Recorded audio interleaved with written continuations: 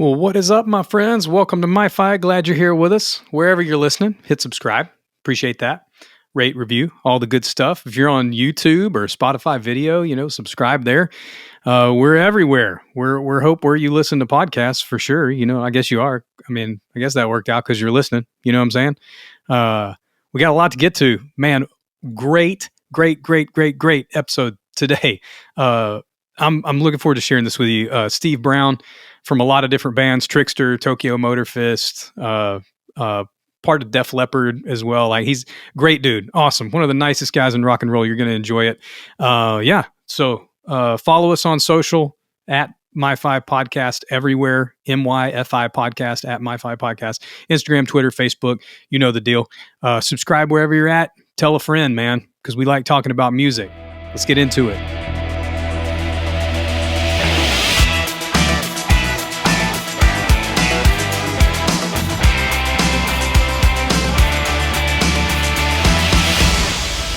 Well, all right. Wow. Hope you're having a good week wherever you're at. Last week, I talked about my 3 favorite concert experiences. We had some good conversation on social about your favorite concert experiences, and I will post about this as well. But this week, I just wanted to talk about a couple of my favorite shows from this year, from 2022, because I've talked about the stadium tour a lot.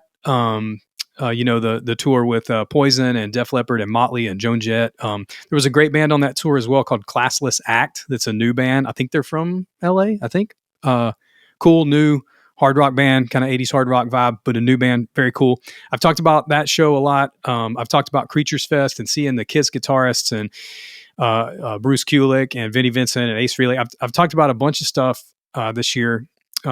Recently, I talked about going to see some local shows on an episode, which was really fun. Yeah, but there's a couple of shows that were like just really awesome from this year I haven't talked about, and they may have been my favorites. And so I just want to talk about a couple of them. Maybe your mind's already twisting and turning about some concerts you've seen this year, maybe some bands you want to see, some artists you want to see. But back in April, I went with my friend Eric to see Jack White on this tour, the Supply Chain Issues tour, and it was fantastic. I was a little bit, I didn't know, what to expect, mainly because I've never been to a show. Maybe this is common for you in shows you go to, but I've never been to a show where you can't have your phone. And I didn't know how I felt about that at first, because when you walked in the show, they put your phone in like this little magnetic pouch, and it has one of those like little, like the things with the security things, they put on clothes where you have to remove it with a magnet. Like, you can't get it open unless you have a magnet. You know what I'm talking about. And I didn't know about that. You know what I'm saying? I'm kind of used to having my phone. However, it was a really enjoyable experience to not have my phone. It was really, really fine and cool. And I'm bummed I don't have any pictures from the show, but I do have a great experience, and it was awesome. And Jack White, his band was just fantastic, 100% real life rock and roll. And he played the hits. He played some deep cuts. Just a great atmosphere, great vibe. There's a few shows left on that tour, I believe, this year. So if you can catch it. The other band I want to talk about was an incredible experience. I took my daughter. It was her first concert ever. And we saw Stryper at the Masquerade here in Atlanta. And it was phenomenal. Sometimes bands from that era, like 70s, 80s, whatever, like they just don't sound like they used to. Those songs are hard to play, hard to sing. Those guys, Michael Sweet, his brother Robert's playing drums, Oz Fox on guitar, Perry Richardson on bass. They sounded fantastic. They played hits, they played cuts from newer albums.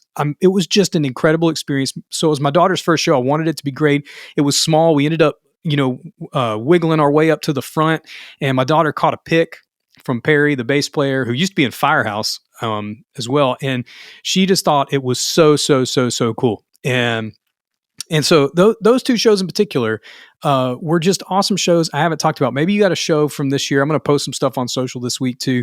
We can get a conversation going, maybe about just like your favorite song, or your favorite, your favorite concert that you saw maybe this year, or something like that. So, yeah. And, I always love to talk about a record of the week. And this one was a little different. I got in my hands, if you're watching on YouTube or Spotify video or whatever, this is a original copy of Cheap Trick, Heaven Tonight. If you never heard this record, I wasn't like and I'm still like, I'm a fan. I love Cheap Trick. I think they're great. Great guitar riffs, great songs. But I never was like huge into them. And then years and years ago, when the Sound City documentary came out, the Dave Grohl did a documentary about a studio in, I think it was in the Valley, like Van Nuys, California or something, somewhere around LA. Can't remember where, but Sound City, and a lot of famous records were made at Sound City, this being one of them, Cheap Trick, Heaven Tonight. And there's a song on this album called Stiff Competition. And the opening riff to that song was in that film. And I was like, I didn't even know it was a Cheap Trick song. I didn't know, judge me if you want. I just don't know, didn't, at the time. Still don't really know a ton of their catalog, but I heard that riff, Stiff Competition, Cheap Trick. I was like, I got to find that riff. And so, I listened, they're talking about Cheap Trick. So I start looking on Apple Music and whatever, and I found the riff, found the song, added it to this playlist that's like, this huge playlist I have on Apple Music that's like all my favorite tunes and songs I love. And anyway, years later, I found a really good copy. Wasn't crazy expensive or anything, but I like that it's an original copy of Cheap Trick, Heaven Tonight. So if you never listened to this record, this is my record of the week, Cheap Trick, Heaven Tonight. Listen to the whole album because it's really dope. Surrender's on here, which is probably a song you've heard. You may not even know that's Cheap Trick, but Surrender, Stiff Competition, Heaven Tonight, all great songs on here. Start with Stiff Competition because the riff, you'll understand what I'm talking about, just captivates you. You know what I'm saying? So let's get into what we're talking about today, the episode today. Y'all, Steve Brown, one of the nicest guys I've ever met in rock and roll. He's from New Jersey. He's crazy. He has a million stories. We literally could have talked for like 2 hours. I'm going to have him back for like a part 2 because we didn't even get that far in the canon of things that have influenced Steve Brown and the amazing projects he's been a part of. But I want to tell a story in particular around Steve and one of the bands he was in. So Steve Brown, incredible guitar player, producer, songwriter. Follow him on Instagram at Steve Brown Rocks on Instagram, and his website is stevebrownrocks.com.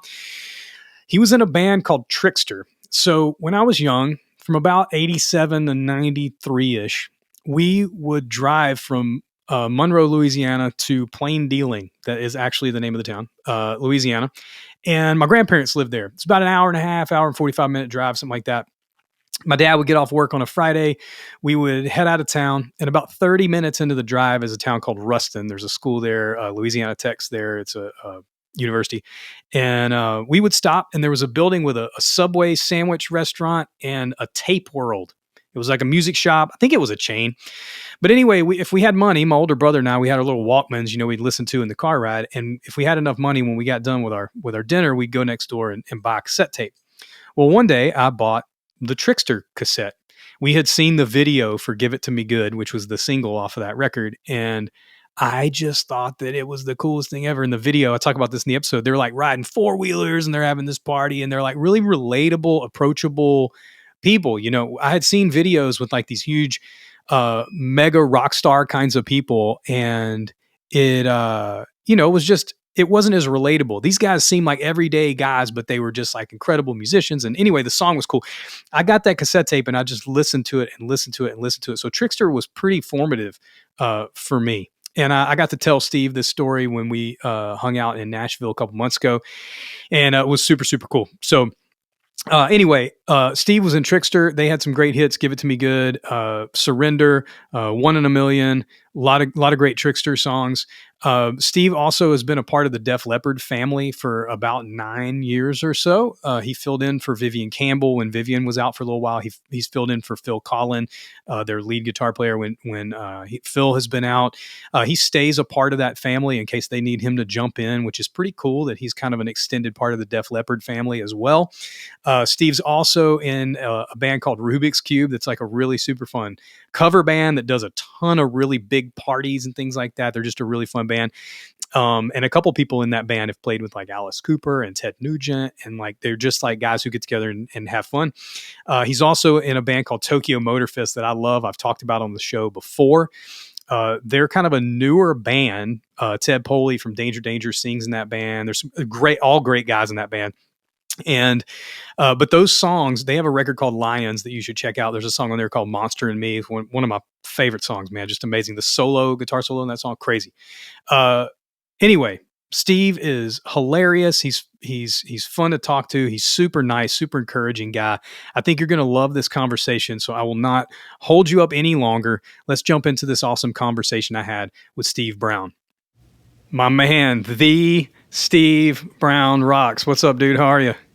How are you, Lee? It's great to be with you, and hope you're having a great summer. And everybody out there on the World Wide Web, the worldwide intraweb, I hope you're doing good as well. I'm here from the Mojo Vegas 6160, right here.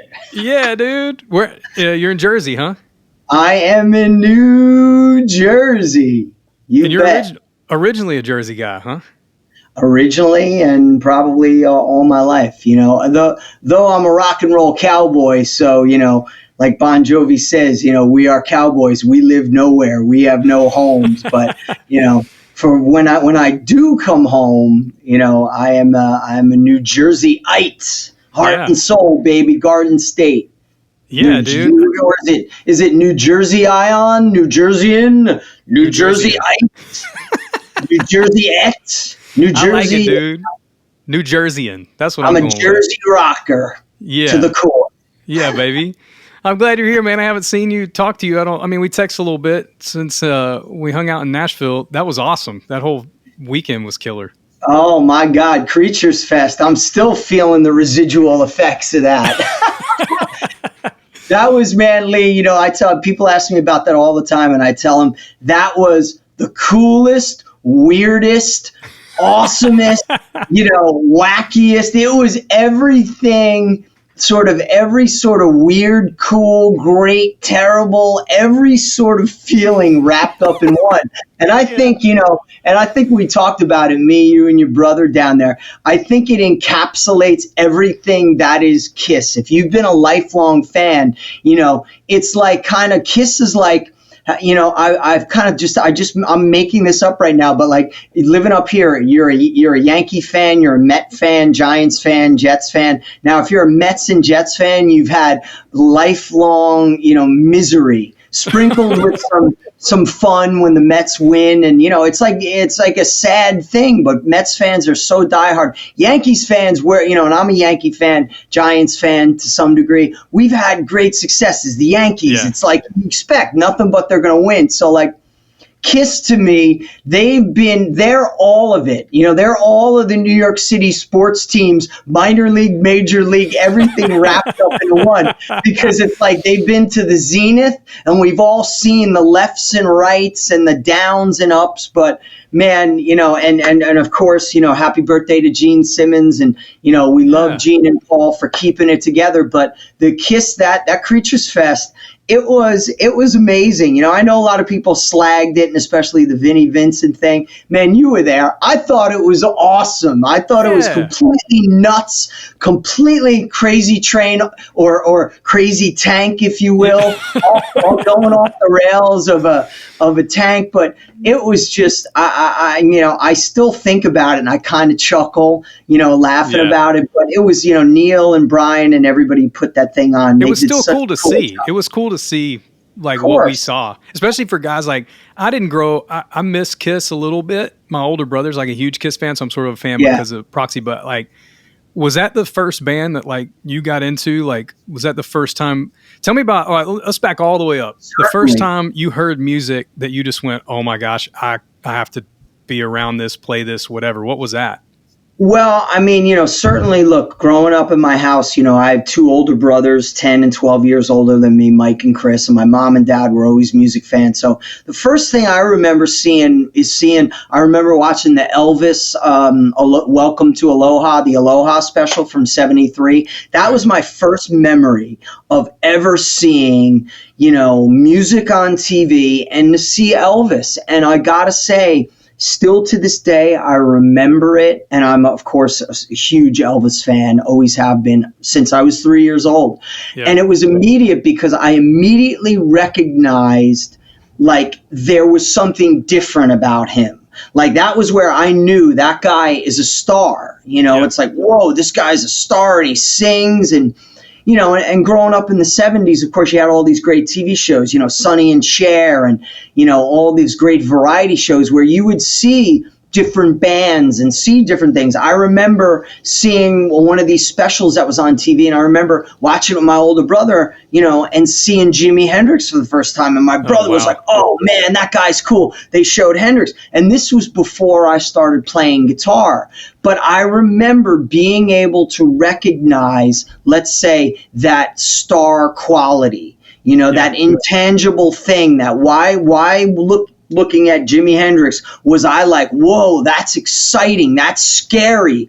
And then, so there was all that. There was the Fleetwood Mac. There was, of course, we grew up in the 70s. So I remembered, I was talking about it with my family the other day. I remember the whole Bee Gees thing. The Bee Gees, another huge influence on me. Huge fan, always have been, always will be. And I remember the whole Saturday Night Fever craze. And I remember listening to that record. It would play, in my house. My mom and dad would come home from work and, there'd be like, the Brown family happy hour. We had the huge record player console with the speakers, the whole thing in one. And my dad would put on, it was either Saturday Night Fever soundtrack or it was Neil Diamond live from the Greek Theater, which I still have their vinyl record that. And it was that. And then Fleetwood Mac, of course. Rumors was, the record of 1976, 77. So I remember all that. And so music was always, and the Beatles, without a question, the Beatles, Abbey Road was a huge, again, in our house every day, 5 o'clock, my dad would, pour a glass of wine or make a martini and listen to, whatever he was into at the moment. And it was very, very, of course, all of that music still to this day is near and dear to my heart and some of my favorite because of that. But again, Lee, I was able to, even as a little kid, I recognized why this music was good. And then probably when I was 6 or 7, I got my first turntable. And I remember my parents and my brothers giving me their 45s. And I remember 2 songs that were like constants for me, which was The Lion Sleeps Tonight. I guess it was the 50s version. I forget who the band was or the artist, but, ooh, light on away. Again, that was it was kind of weird, but it was cool. And again, it was one of those things I always remember because it was, wow, what a hook that was. Yeah. It was kind of quirky, but it worked, little kid. And then the other one, which I listened to incessantly as a little kid, was Surfin' USA by the Beach Boys. Nice. And it was 45, and those were the 2, those were my own, let's say. And so I would just play it over and over and over. And then, again, man, I've told this story. It was 1978, and I was over by my brother Mike, my older brother Mike, his girlfriend at the time, who's now been my sister-in-law for 40 years. I was over at her house on the other side of Paramus, New Jersey, where we grew up. And I remember being there, and my brother used to bring me over there because they used to have a huge, they owned a gas station, which I worked at later in life. But my sister-in-law's dad had a gas station. He had a bunch of kids, and, they were wild teenagers. And I remember looking in her brother Paulie's bedroom, and I remember seeing on the floor, and it was like something out of a movie because it was the Kiss Rock and Roll Over album cover. And I swear to God, dude, it was like levitating and it was smoke coming out of it. And it was like talking to me like, Steve, come in. And I was, I was like 7 years old at the time. And I remember like walking in his room, he wasn't there. And I remember picking it up and he came running in. He goes, oh, Steve, he's like, you know who these guys are? He's like, here, take this record, borrow it. You're going to love it. And I was like, and I just remember looking at that cover, not hearing anything, not knowing anything about Kiss. And I was like, whoa, what is this? Fast forward a couple hours later, I get home. I go up to my little record player in my room. I drop the needle on it. And it was just, it was I Want You was the first song I heard from Kiss. And to hear those acoustic guitars, and I remember going, wow, this kind of sounds like Rod Stewart, because I knew Rod Stewart from my parents and my brothers. And it sounded like the Beatles to me, the beginning, in the morning I raise my head. And I'm hearing it and all the acoustic. And then all of a sudden, dude, I want you. It kicked in, dude. It was... And bro, it was, my mind was blown. The flash pots were going off in my room. It was every emotion and like being at a Kiss concert in your room, in my head. Now, this was before I even knew what any of them did. But it was just, I kind of figured it out. And then I listened to the rest of the record. And it was so captivating, it was so immediate and so powerful that it was like that moment right there kind of sealed my fate forever, And then, I listened to the record and I remember, vividly when Dr. Love came on and that intro, and for some reason I was able to, without ever knowing who the guys were, I was able to tell. I kind of felt like that's got to be Gene Simmons singing that song. That's got to be the demon guy or the snake or whatever. And it was, again, brother, and I remember this like so vividly, and it's so ingrained in my brain. I mean, still to this day, it was, that life-changing moment that made me want to, become a rock star and become a musician and write songs and do this. And then a couple months later was when my neighbor up the street, this kid, Tommy Walsh, and he was a couple years older. So, I had friends, and my other buddy, Doug Cowie, who I was actually the first guy I ever started playing guitar, and I taught him how to play bass. He was the original bass player in Trixter. He had older brothers too. And these guys are all keyed into all Jethro Tull, Peter Frampton, Kiss, everything, all the great music of the time. So it was I was surrounded by it. And I remember Tommy Walsh came down with this 8-track tape, and he handed it to me. He said, Steve, you need to hear this band. Gene Simmons discovered him. And at that time, I had known, I discovered all about Kiss. I knew, Paul Stanley was the star child, sang. Gene was the demon who also sang. Ace and Peter, they hadn't become singers yet, as far as in my mind, because Rock and Roll Over was my first record. I didn't get Love Gun till like later in 78, 79. Before Ace and Peter started singing, before I knew about it. But it was Van Halen 1. It was an 8-track tape. And again, it was that moment where, you put it on and you hear it. And, all he had to tell me was Gene Simmons discovered him. And I remember looking at the cover. I'm like, wow, these guys are cool. Eddie holding up the guitar, the black and white striped guitar with that look, going, ah. I was like, this is going to be awesome. And it was, Running with the Devil. And then, and of course, you remember the crazy story? You remember the crazy story of, what was it? Gene Simmons wanted to rename the band because he thought that Van Halen was a stupid name. Oh, well, dude, we'll get to that, of course. Okay, Daddy Longlegs. Daddy Longlegs, yeah. He wanted to rename. You imagine if Van Halen wasn't called... I can't imagine that. I don't know. And I love Gene, and every time I see him, I call him Daddy Longlegs. And he goes, you son of a bitch. Because I always busted his balls. I always said, man, you are the dumbest mofo in the business, man.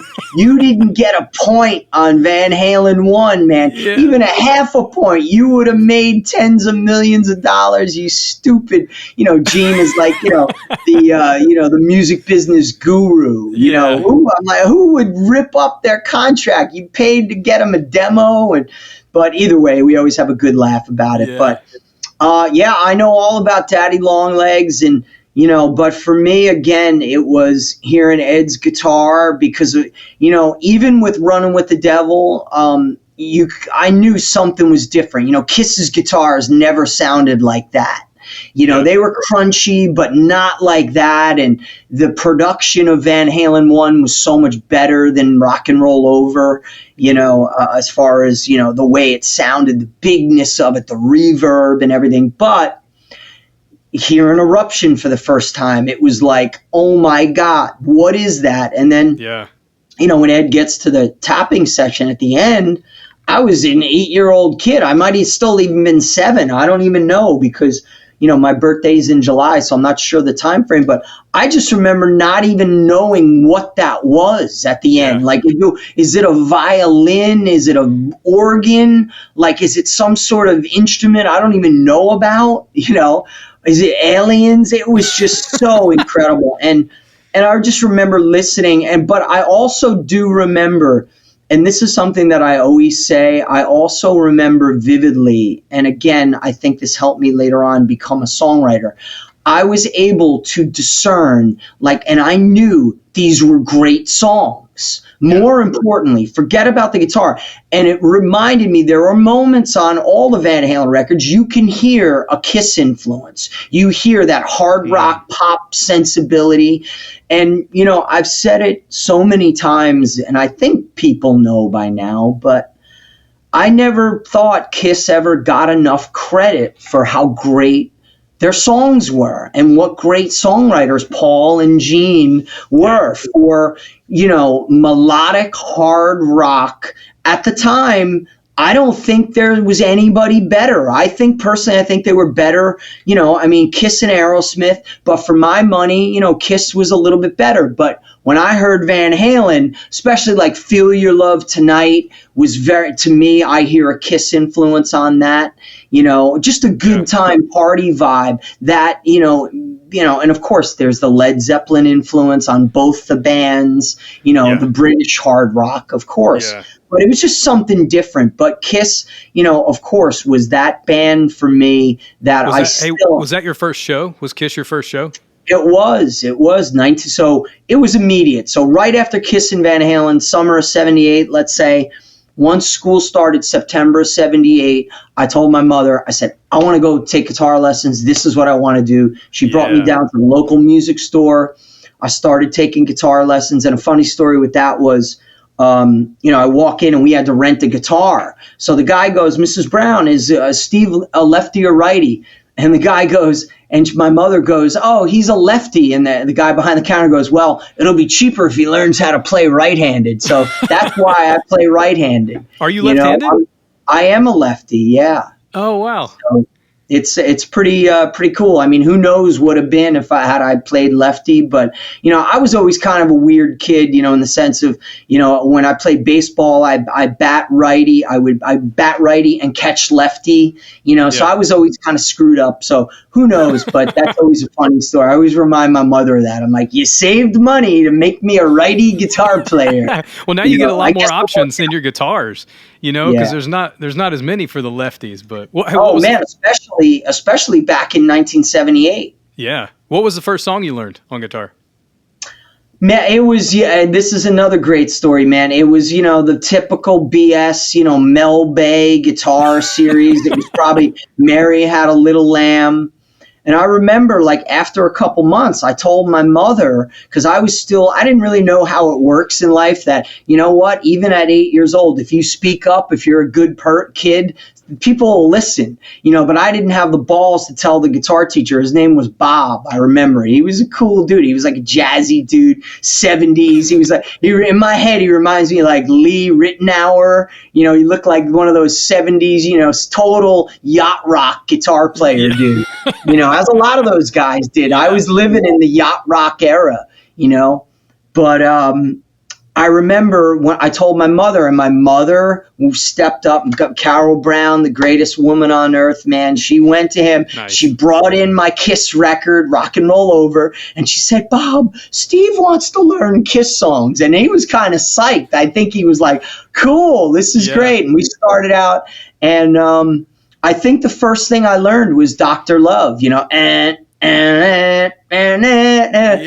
that was it, man. I was off to the races, and then after that, it was like, forget the Mel Bay book, and God bless Mel Bay for writing that book, but it certainly wasn't for me. Yeah. Talk a little bit more about seeing the first show. Was that after you started playing guitar, you saw Kiss, or was that before? Okay. It was July 25th, 1979, the Dynasty tour. And it was Madison Square Garden, summertime, New York City. I went with my brother Mike and my sister-in-law Marianne at the time. She was my brother's girlfriend at that time. They just started dating. So it was like kind of like my parents were like, well, you got to take him. You're the oldest son. My brother just started college. And it was, I think all of us who went to our first concert, it was all those emotions where, going to, seeing this for the first time and walking in and seeing all these, you're seeing bikers and girls in fishnet stockings. And it was sensory overload, but the coolest thing in the world, you're going to your first concert. And I do remember, of course, the first time smelling the smell of pot. Everybody was smoking pot. It was fucking, it smelled like one big joint. It was like Cheech and Chong gone wild.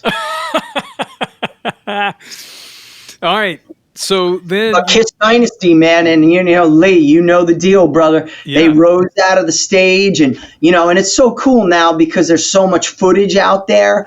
And like there's this 8mm footage that's on YouTube, and it's from that night. It was from there. And man. Dude, I kid you not, it looks like exactly where I was sitting. When I saw that footage, it transported me back to 1979. I was sitting right there because I was on Ace's side, on the side of the stage, way up, but you could see everything. And I just remember every part of it. And it was, again, it was, one of those seminal moments. And then October 1982, finally got to see Van Halen for the first time. And that was the moment where I said, that is exactly the kind of band I want to be in, and I'm going to start because it was fun. Look, we all loved Kiss back in the day, but they were superheroes. They weren't real. Yeah. Van Halen was real, as big as it was relatable. It was, everybody drinking, partying, singing along. It was the Diver Down tour. That was the summer of 82. The Diver Down record was the record of the summer, walking around with the boombox, listening to that and the first Asia record. That was my whole summer of 82. So to finally see them, it was like, man, and of course to see my hero, to see my superhero in the flesh, in the red and white, overalls. It was just, man, incredible. I talked to a lot of people on the show and about the show, and everybody I talked to, like obviously I talked to a lot of, the age range and the demographic and people's influence, all this, wide range of things. Almost everyone mentions Van Halen and or Guns N' Roses at some point. Like there's not like those bands just get mentioned. Eddie Van Halen was so pivotal for so many people and inspirational for so many people. I think there's a lot of people who are in bands. Well, I mean, like yourself, because of that. And so at some point, like your love for Van Halen and Kiss, like propelled you to like get in a band or start a band. And then it led to like a lot of success in that. Talk a little bit about like that journey from like the first band you got into all the way to like the Trixter, years right there. Well, I mean, it was again, Kiss and Van Halen, Cheap Trick, Def Leppard. Leppard I discovered in 19 when they came out. So Def Leppard was a huge influence. Musically, yes. I love the first, On Through the Night, but more than anything, and I've told this to Rick and I've told this to the guys numerous times, because they were so young. When I read in Circus Magazine that Rick Allen was like 15 when he joined the band and 16 when he signed the record deal, I was like, wow. Oh my God, I didn't know a teenager could do this. And I was like, the light bulb went off and I'm like, you know what? I'm going to beat them to the punch. And when I was 12 years old, I started, what would become Trixter. I was jamming. Yeah, that's when I started Trixter, summer of 1983. And it was with my neighbor up the street, this kid, Doug Cowie, who he was like a band geek, played like trumpet or something, not trumpet, played like saxophone. And I said, you're going to play bass. I'm going to teach you. He got a bass and I taught him what to play, Nice. And then we had a drummer who incidentally, I just talked to yesterday, my first drummer buddy, Mike Payne, that we all grew up a couple blocks away from each other. And we started jamming in Mike's basement. And he actually still has that same drum set. So I'm going to go over there and get some pictures with that. But oh, that's cool. It was incredible, man. And it was instant and immediate that this was what I was going to do. I mean, how you hear that thing where that saying where you don't choose, it chooses you. Yeah. And it was like that, it was like Kiss meets the Phantom, the Kiss talisman. They came out of the box and they got in my blood and said, this is what you're going to do. But, yeah. I always say that, real musicians, we have no choice. This is what we do. It's in our DNA. It's in our blood, So it was so powerful for me that this is what I was going to do. And it was never any effort. It was as hard as it was at times.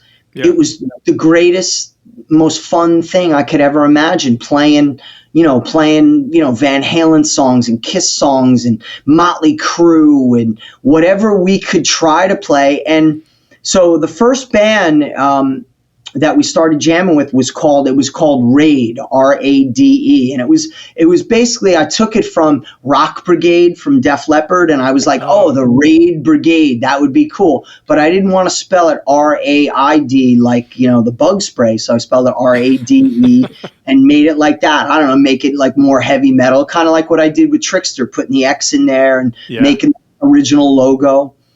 But the three of us started jamming, and then a couple of my other buddies, my good friend who recently got killed a couple of years ago, my best friend Jim DeSalvo, he was 4 years older than me, and his best friend was Pete Lauren, who I had known. They were 4 years older than me, but Jim and I, we would always play basketball down at my middle school, and he was a big rock guy, and we would always talk music. He knew I was a Van Halen Kiss fan.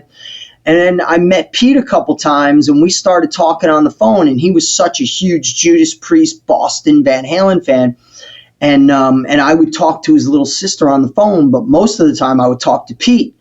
And one day, I just said to him, hey, man, would you ever want to be a singer? And he was kind of like, all right.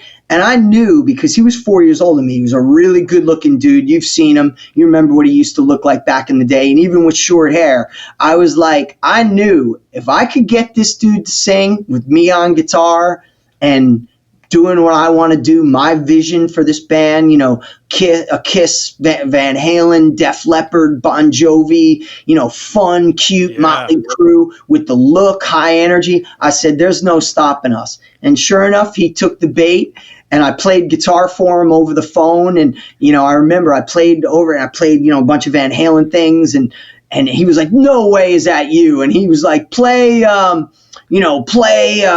Mean Street or play Feel Your Love Tonight, play the riff. And I played it. And he was like, holy shit, this is really, a little kid playing guitar. And a couple weeks later, we were all in his mom's backyard. We set up and we played and we started playing it. And the other cool thing, Lee, is that I had already started writing songs. So I knew that, like, I don't want to play other people's stuff. I know I'm going to have to for a little while, but I want to write my own song. So like the first song we ever wrote together, which I pretty much wrote 90% of it, was this song called Mistress. And it was kind of a take on Making Love. It was the same kind of riff as Making Love by Kiss, dun, dun, dun, dun, dun, dun, dun, dun, but more single note, more Van Halen-ish.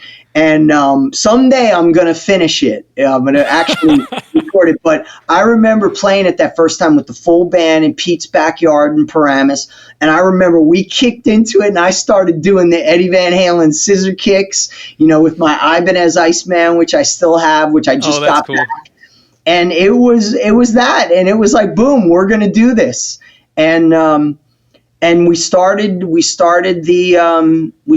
band that summer, and then by February of '84, we played our first show at my middle school, where my dad was the vice principal, Eastbrook Middle School, and we played our first show. It was me, Pete, Doug, and Mike Payne, and we were Raid. That was the one and only show Raid ever did. We did it, and it was like Beatlemania. It was a end of day, not a talent show, but it was just I don't know what they called it back then, but all the kids came And it was, it might as well been the Beatles or Bon Jovi or Van Halen or Kiss playing, because the girls were going nuts. And I remember even back then, we all knew, there's got to be some showmanship. And I remember doing my little guitar solo and doing the thing where I did like the descending Randy Rhoads. And then I stopped in the middle and I went like this. And I don't know why, like no one ever told me to do that, but I knew. And it's just in you, Steve. It's in you. You're right. I'm not going to lie. I'm a ham. I didn't know. But I have memories. I have memories with Trixter, and I share a little bit in the show opening. But the first time I saw, and you know what's crazy? I'm going to share something else too and connect it, because I want to talk about what you got going on now. The first time I saw the Give It To Me Good video, I don't even remember how old I was, but I remember, in my mind, it's just the singer. I didn't know his name was Pete, like at the time, but I was just like the singer, Steve, and you whip out this little mini Les Paul and start doing this like riff. And I was like, and everybody's riding 4-wheelers and like partying. I remember the video like it was yesterday. Yeah. And my brother and I both like looked at each other like, man, this band's cool, dude. And my brother bought the cassette tape, and then I had to buy my own copy later, which I told the story of in the show opening. But fast forward, though, because, Trixter was a big deal to me. It was just musical, and songs like One in a Million and Surrender, and just so many good songs on that. And but fast forward, I was looking for bands, like new bands, but still had that like hard rock sound, from the 80s, 90s, like that sound, just the riffing and all that sort of stuff I love, but wanted something fresh. And I'm clicking through Facebook groups. I've never told you this. I'm clicking through Facebook groups going like, man, somebody's got to turn me on to, some kind of band. And I found a couple of names, found a podcast. I can't remember what it was, but I listened to it, and they were interviewing Bret Michaels from Poison, and he mentioned a couple of bands like Dirty Honey and some newer bands. And so I start Googling those names and like looking for bands. Well, next to one of those bands was Tokyo Motor Fist, which was like the coolest band name I've ever heard in my life. And everyone who I tell Tokyo, they're like, I don't know what they do, but that's the coolest name I've ever heard in my life. Right? And, Thank you, man. Thank you. Yeah, dude. Well, so I went and I listened to a little bit of the first record, and it was right at the beginning, I think, of all the quarantine mess and all that. Mm-hmm. And Lions, the second record, came out right around that time, if I remember right. Yeah. And I heard Monster in Me, and I was done, bro. I was like, who's in this? I'm Googling who's in this band. I'm like, what? Steve Brown's in this band. And that was when we connected for the first time. So I was like, I'm going to hit that dude up and just see if we can connect. And man, just amazing. So all the Trixter, if you're listening to this, you never listen to Trixter, you need to go listen to it. Just great songs, great musicality, great guys playing that music. If you never listened to Tokyo Motor Fist, on an earlier episode of the podcast, I actually featured the Lions album as my record of the week. And since then, Steve signed it for me when we hung out in Nashville. So now it's more special. But and Steve always does this Wizards of Winter tour with tons of cool Christmas stuff. So if you're up on the East Coast and stuff, you can catch that. I mentioned before, and I'll mention again, Steve Brown Rocks on Instagram and stevebrownrocks.com. Mention all that stuff. But Steve, talk about like a little bit of what you got going on now. Like the past is great. We love hearing about influences because it informs people as to like who you are and like how you were shaped into the player and musician and producer and songwriter that you are. But what you got going on right now? Like, tell us about plans for Tokyo Motor Fist. I know Trixter's got an acoustic tour coming up. Wizards of Winter. Yeah. Man, you're like the busiest guitar player I know. So tell us about what's going on. Well, again, Lee, just blessed to have, be out there and working hard. And again, it's not work. This is what I do. This is what we do. Me and PJ, we talk about it all the time. There's no, we love every aspect of it, the travel, the meet and greets, whatever it is, brother, you've been there with me. I love being around people. Yeah. I love talking. I love sharing my experiences, and especially with people who have supported me for the better part of, 30 plus years now. So, we got an upcoming Trixter acoustic tour, PJ Farley and myself and our friend Ben Hans, who helps us out on percussion. We're going to be out in, Cincinnati, Ohio, Addistown, Ohio area, and Indianapolis, Richmond, Indiana. September 23rd and 24th. And then we're going to be at the end of October. We're going to be in North and South Carolina. We're going to be right outside of Charlotte and Lake Norman at the Boatyard. And then something Jenny down in Greer, South Carolina, where hopefully I'm going to see you. But got that, and booking, the Wizards of Winter is like a Trans-Siberian Orchestra type thing that I've been doing my third year now with some incredible people, mostly Jersey people, Scott and Sharon Kelly, who put the band together, and it's been phenomenal. Greg Smith, of course, my Tokyo Motor Fist brother, Ted Nugent, bass player, Alice Cooper, bass player. He's the bass player in Wizards of Winter, so we have a blast with that. From we start that up the day after Thanksgiving, and I think we're getting down to your neck of the woods. I know we got some southern, I think North and South Carolina. I'm not sure about Atlanta, but I think we're going to have about 23 shows for the holiday season. Carrying over, we're carrying over into January this year, which is actually kind of cool. And Tokyo Motor Fist right now, I don't foresee any other gigs because Ted's booked with his thing, and and then I play in my 80s band Rubik's Cube. We're playing tomorrow. We're playing a huge event out in the Hamptons, an A-list celebrity's 50th birthday party, which is going to be really cool. Nice, man. But I'm sworn to secrecy, but it's going to be incredible. And Rubik's Cube is, a band I've been in for 9 years now. Just an incredible, celebrating all things 80s. Nice. And then the newest thing that I have coming up is probably in a couple weeks. I just did the photos for it. I have a new solo single coming out, and I think we've talked about this. I released last August. I released my first solo single ever, Where Do We Run? I did a video for it. So I have a new single coming out called One to Lean On. And it's a little bit different. It's a cool mid-tempo bluesy rocker, and I'm so excited for everybody to hear it. I just took the photos the other day, shot some video footage. We're shooting a real video like in the middle of September. So I'm probably going to release the song probably mid-September. And again, the goal is, like I've said, kind of half jokingly, but now it's really not a joke. So the plan is, just so you guys know, once a year till 2032. That's right, 2032. 10 years from now, I am going to release my first ever Steve Brown solo record. Nice. Sadly, I don't have the time in my life right now, nor do I have, unless somebody writes me a really big check to put into recording 10 songs. But my goal is to be able to do this to where I'm going to be putting this record when it's finally done, but every year I'm going to put out a different style song, because at this point in my life, Lee, what I like to do is I look at my catalog of work that I've done, songwriting, and released all my releases, and I go, what haven't I done right now? What kind of song haven't I released? So that's kind of, that's sort of the game plan for me. So I'm just really looking forward to it, and it makes it more manageable. So I'm going to have a bunch of new content with that, definitely really getting into, building the social media, my YouTube channel, stuff I should have been doing 10 years ago. But, look, better late than never. And, and that's it. And, I'm 9 years in on, of course, the Def Leppard fill-in guy, and, I'm just waiting in the wings should the guys ever need me, it's like unbelievable. I know we were talking about it before. Wow, 9 years already since 2013 that I've been doing that. So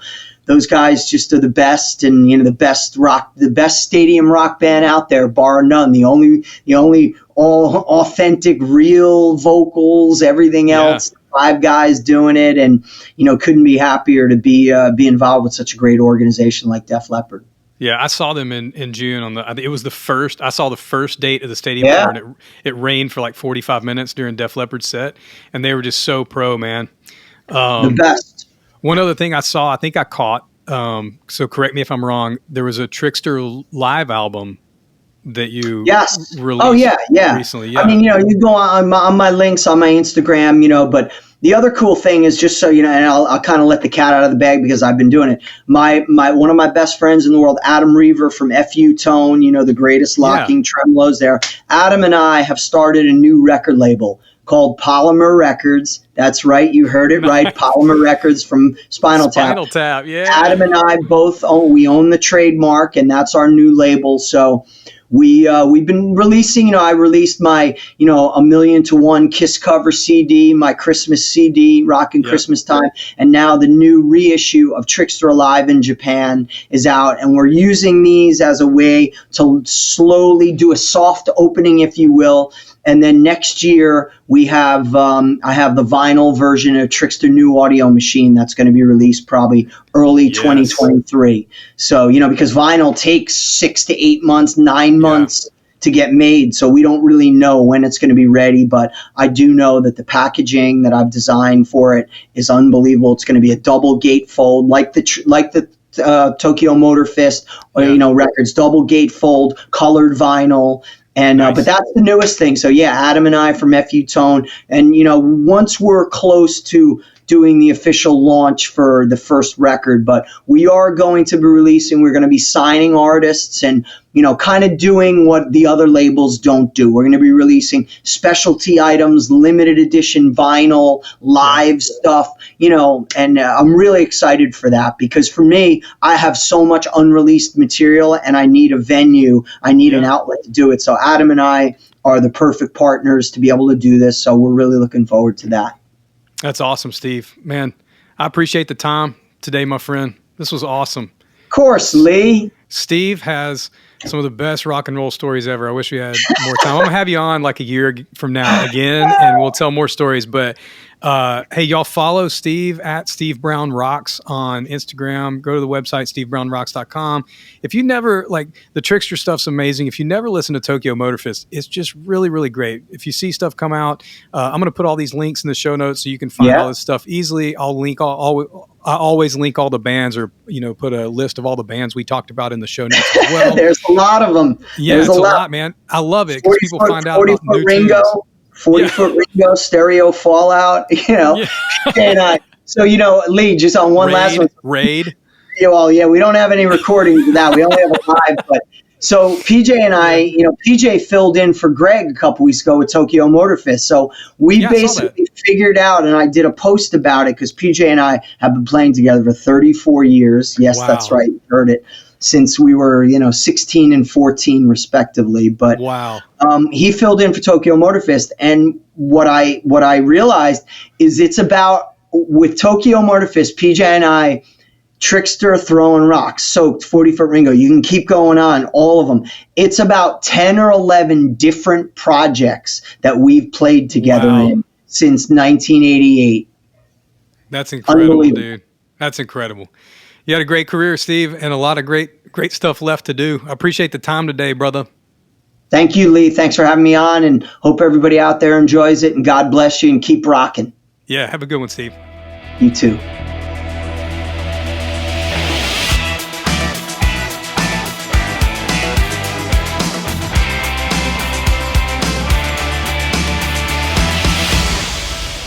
Man, great conversation with my friend Steve Brown. I really, really, really need to get him back so he can tell some more stories about the things he's done and the bands and people who've influenced him. Steve's just such a nice guy.